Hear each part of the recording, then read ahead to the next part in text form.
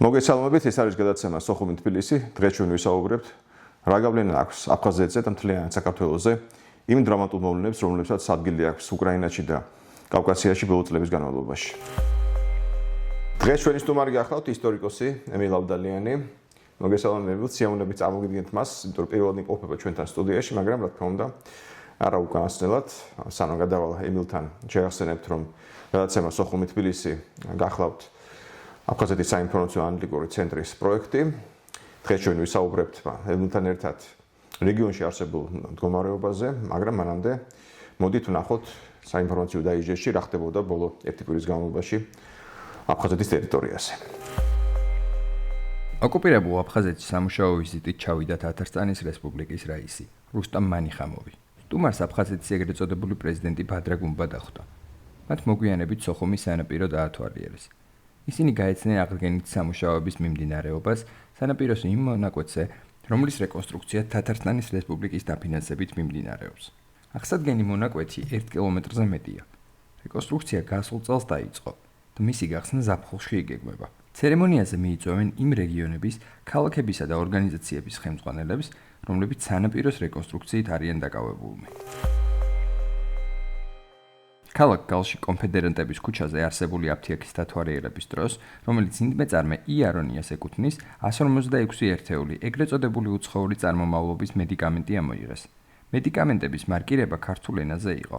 აფთიაქის პატრონს საქონლის თანხლები დოკუმენტები არ გააჩნდა. ამოღებული პროდუქციის ღირებულებამ 99,820 რუბლი შეადგინა, რაც დაახლოებით 3,000 ლარს უტრის.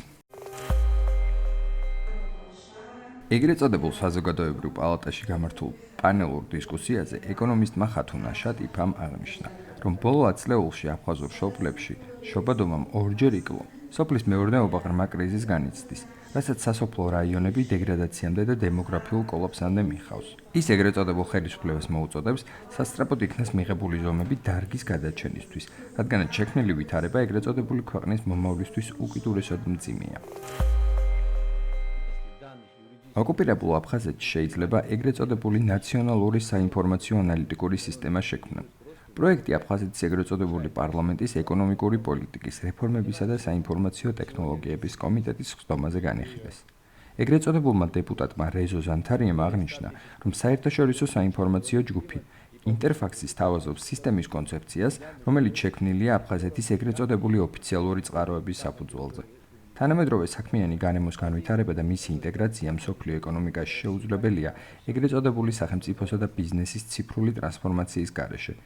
ეგრეთ წოდებულ რესპუბლიკაში არსებული კომპანიების მონაცემები ინტერფაქსის ციფრული პროდუქტების მომხმარებლებისთვის მთელს მსოფლიოში მისაწვდომი იქნება, აღნიშნა ეგრეთ წოდებულმა დეპუტატმა.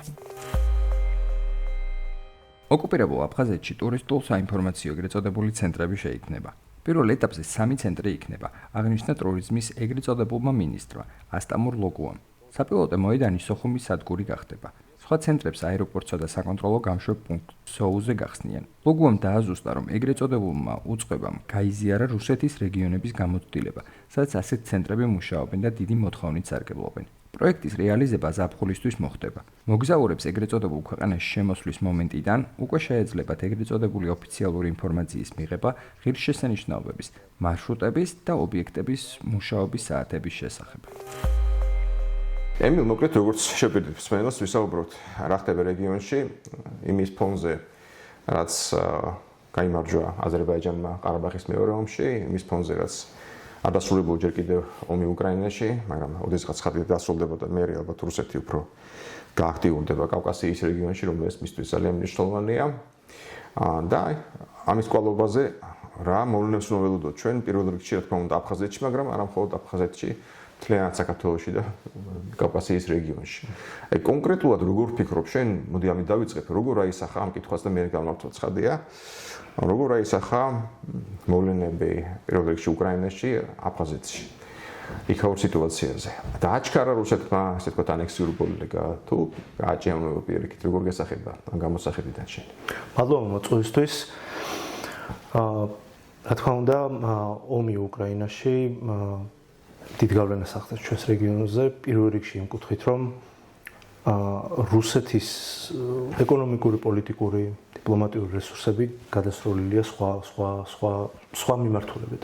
ეს პრინციპში კარგად აისახა იმით, რომ როგორ იცვლება ურთიერთობები მოსკოვსა და ერევანს შორის, მოსკოვსა და ბაქოს შორის. და რა თქმა უნდა მე შორს ვარ იმ აზრისგან, რომ რუსეთი რაღაცნაირად ტოვებს რეგიონს, მიდის რეგიონიდან, აგდებენ მას და ასე შემდეგ. მოდი, გადაწყვეტეთ, სულ ახნით, არავინ არ დავიწყოთ, რომ გვინდა არ გვინდა სამხედრო ყოფნის მონოპოლია რეგიონში აქვს. სწორედ რუსეთს სხვას არ არის.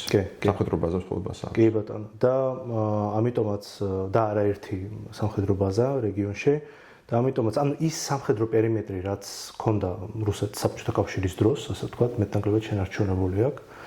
და ამიტომაც ანუ ეს არგუმენტი მაინც არ არის ასე ვთქვათ ფაქტებზე და ტენდენციებზე, ასე ვთქვათ, ზოგად გეოპოლიტიკურ ტენდენციებზე დაფუძნებული. თუმცა ისიც არის ცალსახა, რომ აი შეიცვალა დინამიკა ურთიერთობების სომხეთსა და რუსეთს შორის, აზერბაიჯანსა და რუსეთს შორის.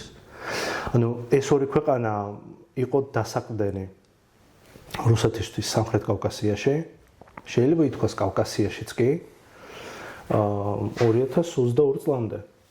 2023 და 24 წლამდეც კი შეიძლება ითქვას, მაგრამ აი ბოლო 1-2 წლის განმავლობაში აშკარად დინამიკა იცვლება და რა არის საინტერესო? საქართველოს ამოვარდნილი იყო გარკვეულად რუსეთის ამ გააზრებიდან, იმიტომ რომ გასაგებია რთული პოლიტიკური ურთიერთობების გამო.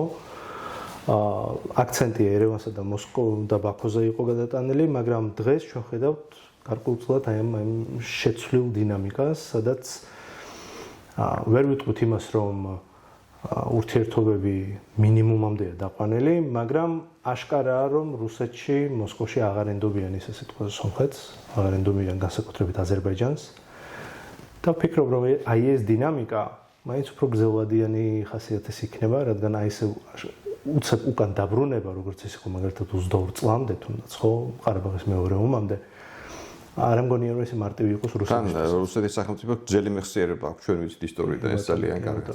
და აი ამ სიტუაციაში როცა მან ესე თქვათ დაკარგა რაღაც დონეზე კონტროლი და გავლენა როგორც ბაქოზე ასე ერევანზე ხო არ ცდილობს დააკომპენსიროს აი იმ სიტყვაზე იგივე აფხაზეთში მეტი კონტროლით რა ჩვენ უყურებთ ბოლო პერიოდში. კი შეიძლება ასე დავინახოთ ეს კი იმიტომ რომ ბოლო აი ზუსტად უკრაინაში ომის დაწყებიდან ჩვენ ხედავთ რომ აი ეს პოლიტიკა ოკუპირებული აფხაზეთისადმი არის ზუსტად თითქოს და მიმართული იმაზე რომ მეტი ფული ჩაიდოს, რომ მეტი დივიდენდი მოიპოვოს რუსეთმა ამ პატარა რეგიონში.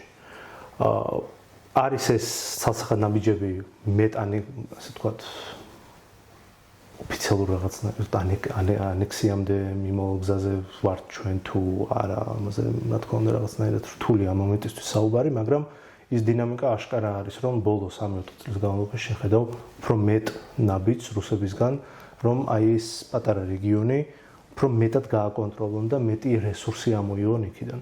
მithumete ეს არ დავიწყოთ უკრაინის ომი ეს სხვა ყველაფერთან არის ომი შავ ზღვაზე მეტი გავლენისთვის და აფხაზეთის შავი ზღვის სანაპიროზე მდებარეობს. შავი ზღვა ისევ რუსებისთვის რჩება ცენტრალურ ანუ უფრო მეტი ჩვენ ხედავთ ეხლა გააქტიურებას რუსეთის უფრო მეტად აფხაზეთში ვიდრე ცხინვალის რეგიონში გაცილებით მეტად შავი ზღვის კონტექსტში ალბათ უნდა გეძებოთ აქ. კი, მეტი შესაძლებლობა არის აფხაზეთში, ოკუპირებულ აფხაზეთში ვიდრე სამაჩაბლოს თქო ცხინვალის რეგიონში და ამიტომაც რუსებისთვის სწორად ახსენეთ, რომ აი შავი ზღვა არის უმნიშვნელოვანესი და ის რჩება, რა ვიცი, მრავალი საუკუნის განმავლობაში. დღესაც ჩვენ პრინციპში აი შავ ზღვაში რუსეთის ცდეობას ხო რო გაბატონდეს რაღაცნაირად ვერ ვიტყვი რომ არ ვაქცევთ ყურადღებას, მაგრამ არ ვაანალიზებთ ალბათ სრულად იმას თუ რამდენად მნიშვნელოვანია ეს შავი ზღვა მათთვის. ანუ რეალურად ეს ერთადერთი ზღვა არის, რომლითაც ისინი ახერხებენ გასვლას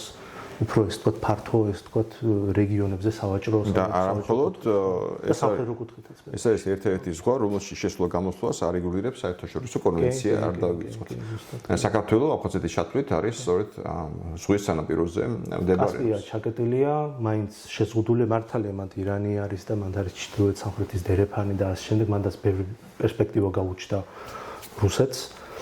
მაგრამ არც ბალტია და არც ბალტიის ზღვა და არც კასპია მაინც ისეთ გასახანს არ გაძლევს, როგორც შავი ზღვა. შავი ზღვა პირდაპირ გზა არის აფრიკისკენ, პირდაპირ აღმოსავლეთისკენ კიდევ ერთ-ერთი გზას წარმოადგენს და პრინციპში იქვეა თურქეთი, ეგვიპტე და მრავალი სხვა ქვეყანა, რომელიც თქო დიდ ბაზარს წარმოადგენს რუსებისთვის. კი, ასე გვერდია და ამ სიტუაციაში ჩვენ არ დავივიწყოთ რუსებმა როცა მოაწერეს ხელი სტამბოლში შეთანხმებას, რომელიც გულისხმობდა საქართველოს ტერიტორიიდან ბაზების გაყვანას, ამ შეთანხმებამ პრაქტიკაში არ დაფარა აფხაზეთის ბაზა, განალებული რუსული სამხედრო ბაზა. იქ არანაირი კონტროლი არ არსებობდა და იქ რა მოხდა, რა თქმა უნდა, ფიქრით არ გაუყონიათ. იმიტომ მათთვის იყო უმნიშვნელოვანესი ცხადია და პირიქით უფრო მეტი ალბათ გაძლიერდა უფრო მეტი. და იმის მერე ხა მithumetes ახლა ჩვენ არანაირი კონტროლი იქ არ გვაქვს სამწუხაროდ და რა თქმა უნდა იქ უფრო გრძელდება ცხადია მილიტარიზაცია, შევთხოვოთ. ერთი შეკითხვა მაქვს, რომელიც დიდი ხანია აქტუალური ხდა, დიდი ხანია რაც დაიწყო ომი უკრაინაში, რომ გამუდმებული დაბომბვების ფონზე, რომელსაც უკრაინა ახდენს ახლა ყირიმში, ესხვის თავს გასაგები ეგ სევასტოპოლში გამაგებულ რუსულ სამხედრო ფლოტს, აძლიერებენ, ადიდებენ, აფართოვებენ უпростоრეთ ოჩამჩირის ფლოტს, მაგრამ რამდენად შეუძლია სინამდვილეში ოჩამჩირეს ნაწილობრივ მაინც რო ჩაანაცვლოს სევასტოპოლის პორტი. რაღაც კუთხით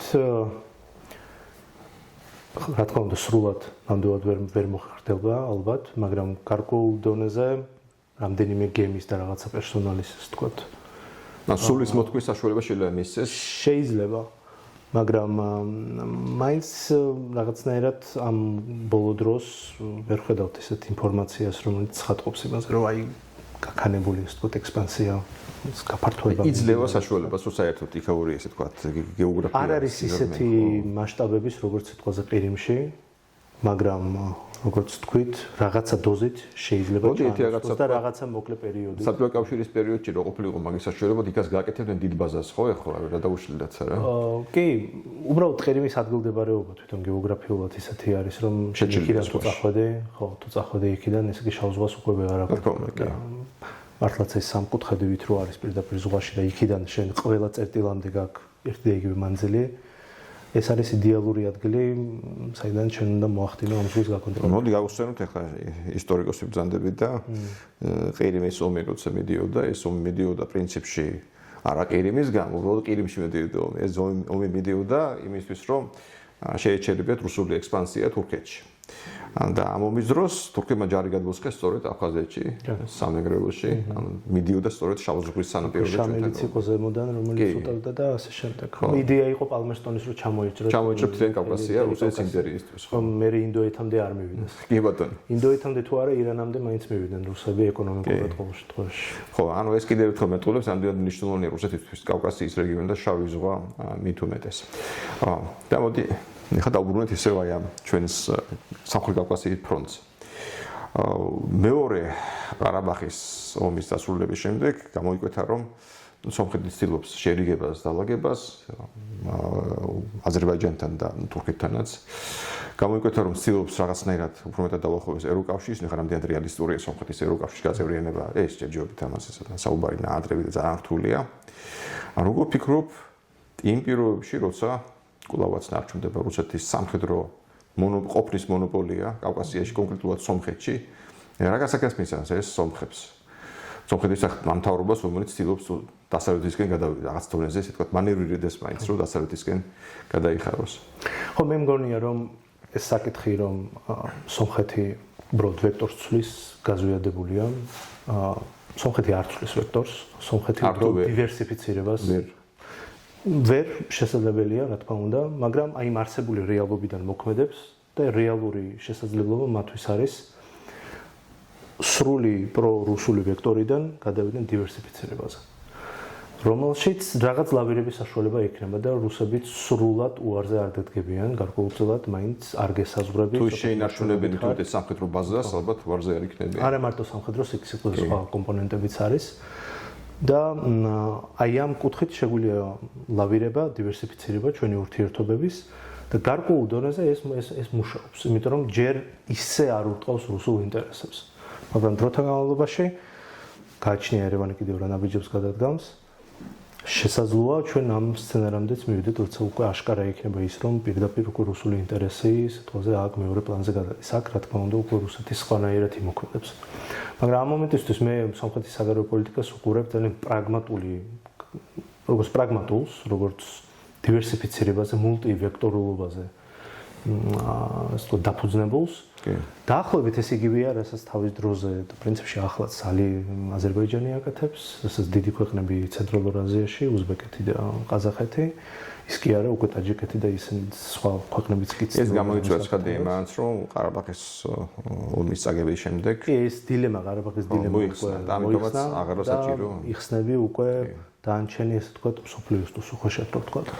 მაგრამ მაინც საბოლოო ჯამში რა თქმა უნდა, როდესაც შენ აი ასეთ რთულ გეოგრაფიულ და თუ გეოპოლიტიკურ ვითარებაში ხარ, რუსული ასპექტის ამოგდება შენი გეოპოლიტიკური აზროვნებიდან იქნება თქმა უნდა საშიში, რადგან შენ მაინც თურქეთს, ირანსა და აზერბაიჯანს შორის ხარ და სომხებისთვის ეს ველოდიან პერსპექტივაში შენ შეიძლება დიდი პრობლემების წინაშე აღმოჩნდეს. ამიტომ რუსეთიც გჭირდება რომ დააბალანსოს. თუმცა ეს გზელი მძიმე მეხსიერება აქვს. სწორი სომხური პოლიტიკა ალბათ ეს იქნება. სომხებს მძიმე მეხსიერება აქვს მეზობლებთან ურთიერთობის არ დავივიწყოთ. და უფრო მძიმე რა თქმა უნდა სამხრეთ მეზობლებთან ვიდრე ჩრდილო მეზობლებთან. ხო, ამიტომაც მე მგონია რომ ყველა ქვეყანა ჩვენთან რეგიონში, სამი ქვეყანა სამხრეთ კავკასიაში და უფრო ფართო ჭრილშიც ცენტრალური აზიიდან თურქეთამდე და ასე შემდეგ ყველა მიყვება აი ამ ესე თქვა დივერსიფიცირებას საგარეო ურთიერთობებში. ტრამპის კორიდორზე რო ვისაუბროთ, საქართველოში ხშირად გაისმის რაღაცა პანიკური განცხადებები, რომელიც წააგებს საქართველოს ფუნქციას, ნაწილობრივ მაინც დააკარგვინებს. მაგრამ დავანებოთ თავი ლოგისტიკას, როგორც მე ვიცი, საკმაოდ რთული და მძიმე რელიეფია, ესე მარტივი არ არის, გზები გაიყვანა და რკინიგზა გაიყვანა და ასე შემდეგ. აი ამას დავანებოთ თავი.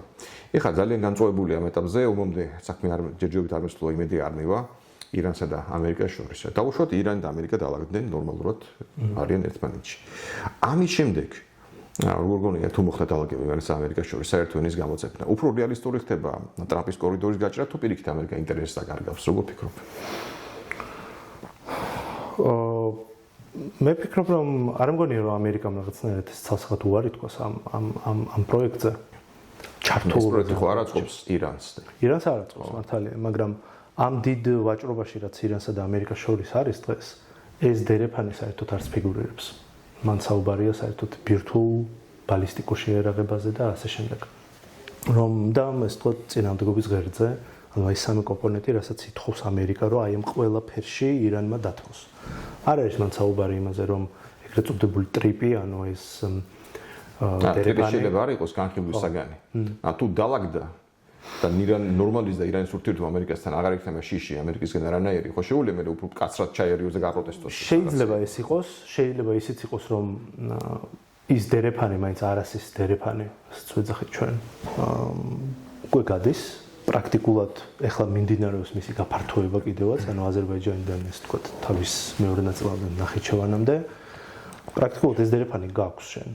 და იქ რკინიგზებია და გზები და საერთოდ ინფრასტრუქტურა არის ბევრად უფრო წინ წასული ვიდრე თუნდაც სამხრეთ კავკასიის სხვა ნაწილებში. ამიტომაც ამ კუთხით შესაძლოა ისეც რომ იცი რა არის უკვე არსებობს ხო და აღარ გჭირდება ჩვენ სიტყვაზე სომხეთზე გაიაროს ამ დერეფანმა.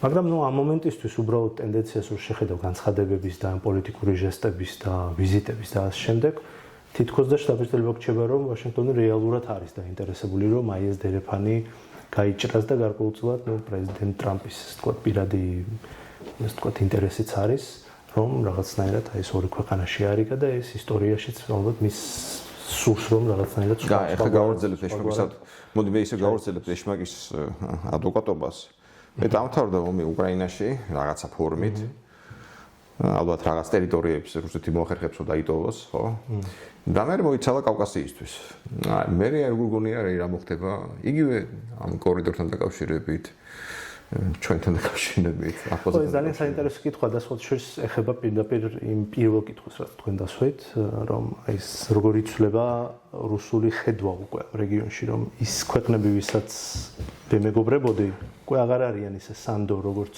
იყო აქამდე ამავდროულად არის საქართველო რომელიც რომელთან დიპლომატიური ურთიერთობები არ არის რომლის ტერიტორიის ოკუპაცია გრძელდება დღემდე, მაგრამ არის ნიშნები იმისა, რომ საქართველოს შედის ამ დივერსიფიცირების პერიოდში თავის საგარეო პოლიტიკის და უკვე აღარ არის ერთ რომელიმე კონკრეტულ ბლოკზე ან მოთამაშეზე დამყარებული. და აი აქ როგორ შეიძლება რომ გადაათამაშო აი სამი სამხრეთ კავკასიური ქვეყანა, როგორ შეძლებს შენ შეინარჩუნო სამხრეთ კავკასიაში გავლენა და სიტყვაზე შენი აქცენტი გადაიტანო სხვაგან. შესაძლოა ეს საქართველოსაც გადმოვიდეს ეს აქცენტი. შეიძლება კაცრად, სამხედრო კუთხით, შეიძლება უფრო რბილად, უფრო დიპლომატიურად და რაღაცა დათმობებითაც. ანუ რაღაც ვარიანტები, რა თქმა უნდა, რუსებს აქვს. ჯერჯერობით არ ვიცით მოკლედ. მაგრამ ჯერ არ ვიცით. და ამიტომაც თითქოს და ნიადაგი იქნება იმისათვის, რომ გარკვეულწილად ეს შეიცვალოს ეგ თამაში, ფოკუსი რუსეთის საგარეო პოლიტიკის შეიცვალოს რეგიონში, მაგრამ აი რა კუთხი წავა? სამხედრო, უფრო მკაცრი, უფრო დაამყაროს თავისი გავლენა სრულად რეგიონზე თუ უფრო რბილად და დაიწყოს სიტყვაზე ერთიდან მეორეზე. აქ ერთი რაღაცა კიდე ხა, რა შეეხება ტრამპის კორიდორს. არანაირი ნიშანი არ ჩანს ჯერჯერობით იმისი, რომ იქ ჩადგებიან ამერიკელი სამხედროები, მან საუბარი არ მიდის. არა, ხო, სამხედროებზე არ არის, შეიძლება რაღაცა კომპანია კი, რომელიც ჩააყენებს თავის საქართველოში ხა ჩვენ ბევრს საუბრობთ იმაზე, რომ და ისტორია რომ ხა თუ ერთ-ერთი შემკარებელი ვინმე არის რუსეთის, არის ამერიკა. აი მომენტი ამერიკული სამხედრო ბაზა იდეაში არის შემკარებელი, მაგრამ ეს მსგავსი რაღაც არ ჩანს.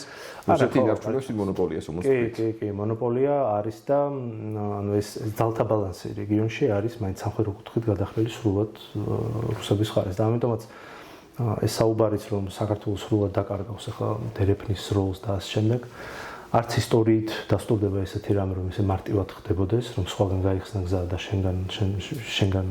შენ აღარ არიან დაინტერესებულები ესე არ ხდება. უნდა მოხდეს უფრო დიდი კატაკლიზმი, რომ საქართველოს სრულად დაკარგოს თავისი ეს თქო ტრანზიტული როლი.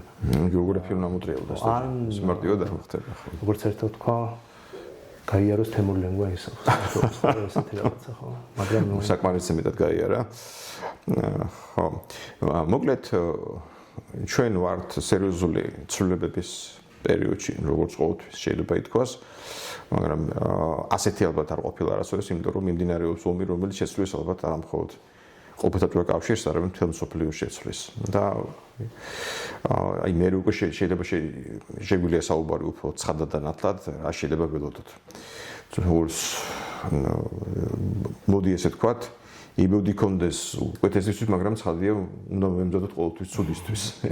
ეს არის ჭკვიანური მიდგომა. ძალიან მადლობა და როგორც სმეილს შევპირდი, მაყურებელს შევპირდი, ეს არ იქნება შენი უკანასკნელი სტუმრობა ჩემთან. მადლობა ჩვენ ისე დაბრუნდებით.